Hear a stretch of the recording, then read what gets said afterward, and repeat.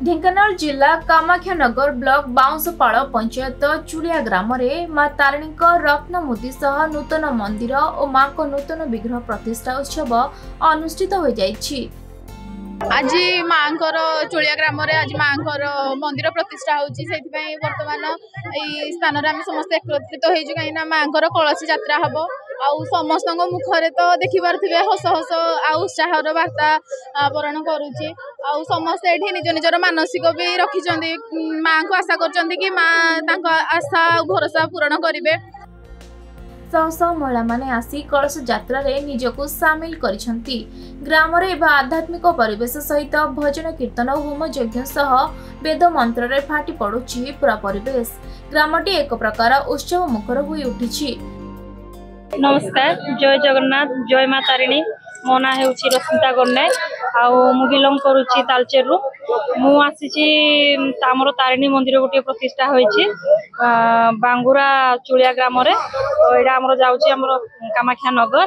तो एडा होछि बापांकर मो बापांको एक्चुअली ठाकुर गोटे स्वयं गोटे कहिसंती जे स्वप्न स्वप्नादेश होइतिला 2 वर्ष पूर्व बापा सेटा को चेष्टा प्रचेष्टा द्वारा तांको जो गोटे वर्ष एडी तांकर कंप्लीट हैला रिटायरमेंट करे से तथापि करि पार नथिले ए ग्रामवासी को सहायता को नै कि एबे हम आज प्रतिष्ठा होची हमरो मंदिर।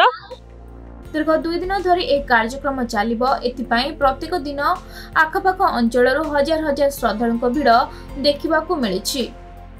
सकाळे कलश यात्रा सरला परे आम माँ तंबुराधिवास वर्तमान अधिवास कार्य सरला परे रत्नमुद मरापर यज्ञांति कर्म अनुष्ठान हो आज कर्म को सांग कर आसंता काली सकाळे आसिले सूर्य पूजा माँ मंडल पूजन हवन माँ उपन्यास मंदिर प्रवेश इत्यादि कर्म हो प्रसाद सेवन सह सब कार्य पूर्णांग हो। आज आम पंचायत गोटे जो माँ मंदिर स्थापना है माँ तारिणी आम ये समस्ते आसीचु आज पंचायत सारार जिते महिला थे सब आसीचु समस्ते माँ कलसी यात्रा आम आज कलसी मुंडे माँ सकाल एत जोरे वर्षा होता जे आम भाविलु आम आज वर्षार जापरू ना किंतु एत खुशी लगुच देखो वर्षा पूरा छाड़ी जाइए।